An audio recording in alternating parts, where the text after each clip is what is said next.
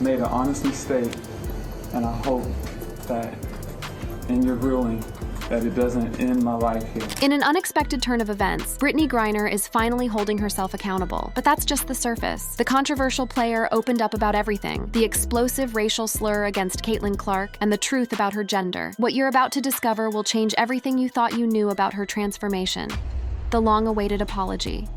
The basketball world has been holding its breath these past few weeks, waiting for Brittney Griner to finally break her silence and deliver what many see as a long-overdue apology. But this time, it's not about international drama or political standoffs. It's about explosive allegations of racial misconduct that have shaken the WNBA and left fans deeply divided. The incident occurred on May 22, 2025, during a WNBA game between the Atlanta Dream and the Indiana Fever, when Brittney Griner fouled out and was captured on camera, saying something that some interpreted as a racial slur, specifically trash white girl, allegedly directed at Caitlin Clark. The footage, though without clear audio, has sparked one of the most intense debates in recent WNBA history. What makes this controversy particularly explosive is who it involves. Caitlin Clark, the rookie sensation who has single-handedly transformed WNBA viewership and brought unprecedented attention to women's basketball, represents everything that's new and exciting about the league. Griner, meanwhile, has become a symbol of controversy and division, her once celebrated career now overshadowed by a series of incidents that have left fans questioning her character and conduct. The reaction was swift and devastating for Griner's public image. Conservative commentators like Riley Gaines amplifying the controversy, posting on May 24, 2025, with over 15 million views, alleging Griner called Clark trash and a fucking white girl. Gaines criticized the trade that brought Griner back from Russia, saying, "Just a reminder, this is who we traded for the Russian merchant of death." The social media firestorm that followed was unlike anything the WNBA had seen before. Other users echoed calls for the WNBA to condemn, fine, and suspend Griner, with some posts garnering hundreds of thousands of views and likes. The hashtag #GrinerApology began trending, with thousands of users demanding that she address the allegations directly. What makes this situation even more controversial is the WNBA's apparent silence on the matter. Despite the public outcry, the WNBA has not issued a direct official statement on this specific incident as of July 31, 2025. Reports note that fans and figures like Indiana Governor Mike Braun called for an investigation, referencing the league's No Tolerance for Racism and No Space for Hate campaigns launched earlier in the season. This silence has only fueled more outrage and speculation. Critics argue that if the roles were reversed, if a white player had allegedly made similar comments about a black player, the response would have been immediate and severe. The perceived double standard has become a rallying cry for those demanding Griner's accountability. But Griner's defenders argue that the entire controversy is built on speculation and misinterpretation. There is no audio evidence, and alternative interpretations suggest she might have said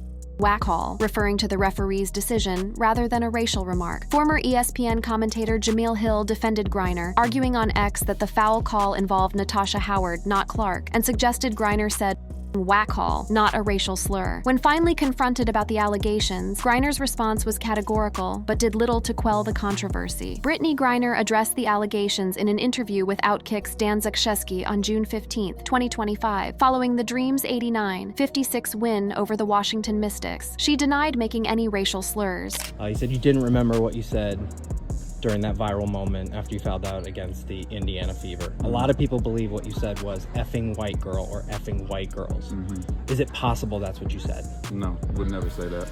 Like, there's no place for that in our league. Emphasized, "I know it wasn't that because I wouldn't use that type of language," underscoring her commitment to the league's values against racism. She also noted that she couldn't fully recall what she said due to her frustration at the time, adding, "I remember fouling out, being mad. I really can't remember what I said honestly." But for many critics, Griner's denial wasn't enough. They pointed to her history of controversial behavior and argued that a more formal public apology was necessary, regardless of what she actually said. The court of public opinion had already rendered its verdict, and many felt that only a comprehensive apology and acknowledgement of wrongdoing would be sufficient. The controversy took on new dimensions when it became clear that this wasn't an isolated incident, but part of a troubling pattern of behavior. Just months later, on July 30, 2025, during a game between the Atlanta Dream and the Dallas Wings, Brittney Griner was ejected in the third quarter. After after receiving 2 technical fouls. The incident occurred when she was called for a foul while battling for a rebound, argued with the referee, and made physical contact, leading to her ejection. This latest ejection has reignited calls for accountability and raised serious questions about Griner's fitness to serve as a role model in professional sports. While no official announcement has been made as of July 31st, 2025, research suggests that Griner may face a fine or suspension, given the league's past responses to similar situations. The pattern of behavior becomes even more concerning when viewed against Griner's disciplinary history. In 2019, during a game between the Phoenix Mercury and the Dallas Wings, Griner was suspended for 3 games after throwing punches and escalating a fight. In 2015, both Griner and Glory Johnson were suspended for 7 games each, following a domestic violence arrest. Caitlin Clark has not directly addressed this specific incident. In a related context from a different game on May 20th, 2025, she mentioned it was too loud to hear any alleged comments and expressed support for the WNBA's investigations into such matters, stating, "That's why they're looking into it. That doesn't mean nothing happened, so I'll just trust the league's investigation, and I'm sure they'll do the right thing." Clark's measured response has only increased the pressure on Griner to address the situation more directly. Many fans and commentators have praised Clark's professionalism and grace under pressure, while simultaneously criticizing Griner's perceived lack of accountability and responsibility. The situation has also highlighted the complex relationship between Griner's past as an international prisoner and her current status as a controversial figure in American sports. Critics have referenced her past to criticize the current incident, with some social media posts referencing her Russian detention and the controversial prisoner exchange. The narrative that has emerged paints Griner as someone who hasn't shown proper gratitude for her rescue from Russian captivity and who continues to create problems and controversies despite the significant efforts made to secure her freedom. This narrative, while potentially unfair, has gained traction among critics who feel that Griner should be held to a higher standard, given the extraordinary circumstances of her release. The debate also touches on the WNBA's viewership and ratings, with some suggesting such controversies could boost interest. However, others argue that negative publicity and divisive controversies ultimately harm the league's reputation and growth potential. To understand how Brittney Griner became the controversial figure at the center of today's racial misconduct allegations, we must journey back to the moment that changed everything: her arrest in Russia and the courtroom drama that followed. The psychological trauma and behavioral changes that began during her 10-month Russian ordeal provide crucial context for understanding the explosive incidents that have defined her post-release career.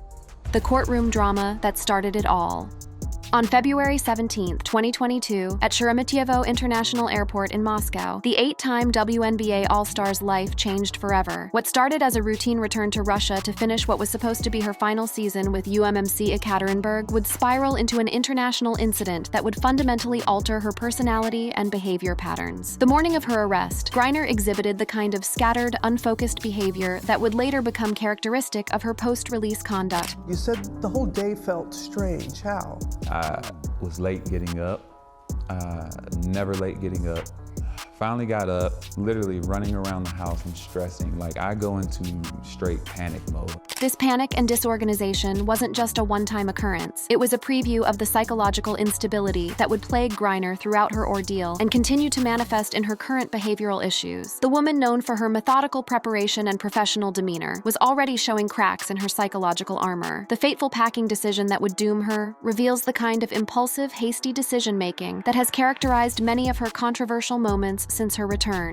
Brittney says her wife Sherelle usually packed for her, but this time she did it herself. My packing at that moment was just throwing all my stuff in there and zipping it up and saying, okay, I'm ready. The discovery of the cannabis oil cartridges at the airport was a moment of pure shock and disbelief. So you reached down because you've been told to go through your bag, Yep. and you felt The cartridge.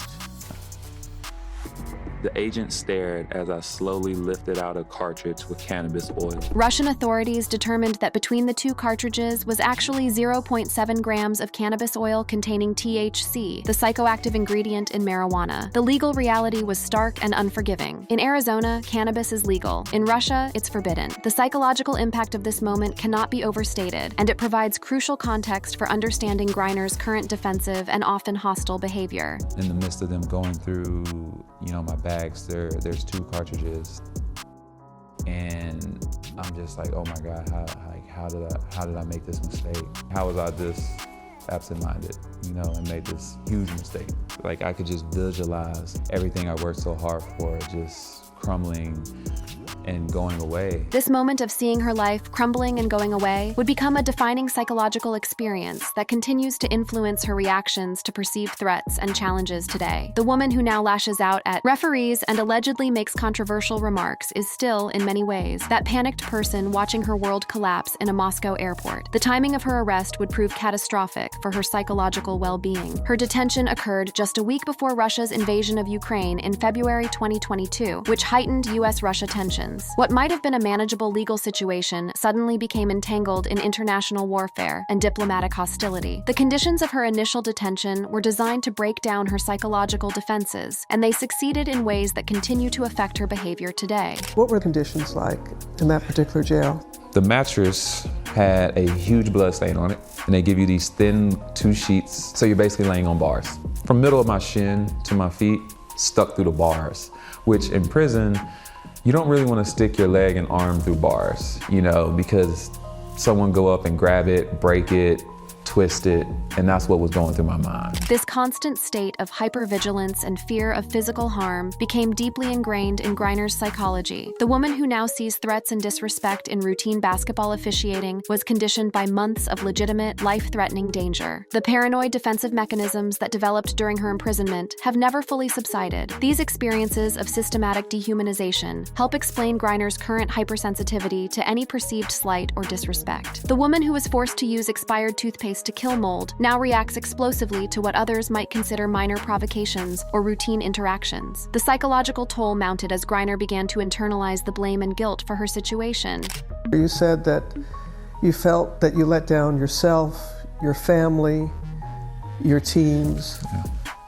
So how did you work through that, what you called this guilt that you were feeling? I don't think I really gotten through all the way. At the end of the day, it's my fault, and I let everybody down.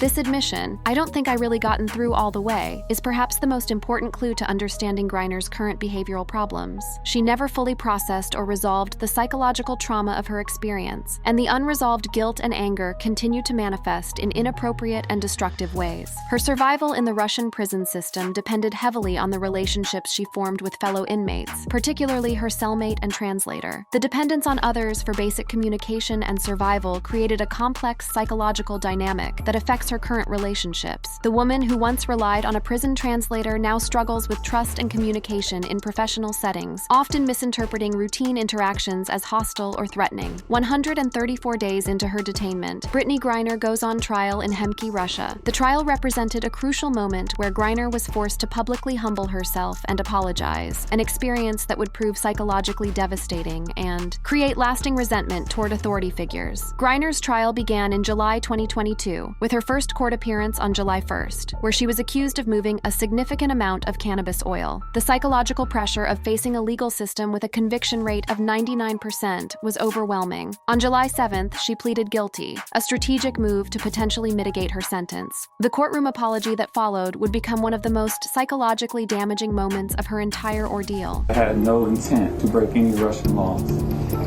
I made an honest mistake, and I hope that in your ruling that it doesn't end my life here.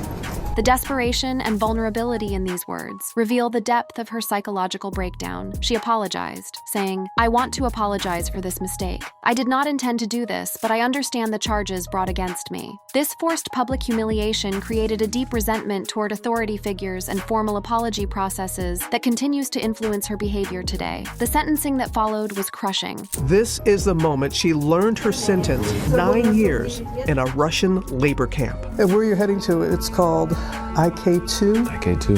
During the sentencing on August 4th, 2022, she reiterated, "I made an honest mistake, and I hope in your ruling it does not end my life," addressing the judge directly through an interpreter. Despite this, she was sentenced to 9 years in a penal colony on August 4th, 2022. The transfer to IK2, known as one of the worst prisons in Russia, marked the beginning of the most psychologically destructive phase of her ordeal. The conditions there were designed not just to punish, but to systematically break down inmates' sense of identity and self-worth. What were the conditions like there?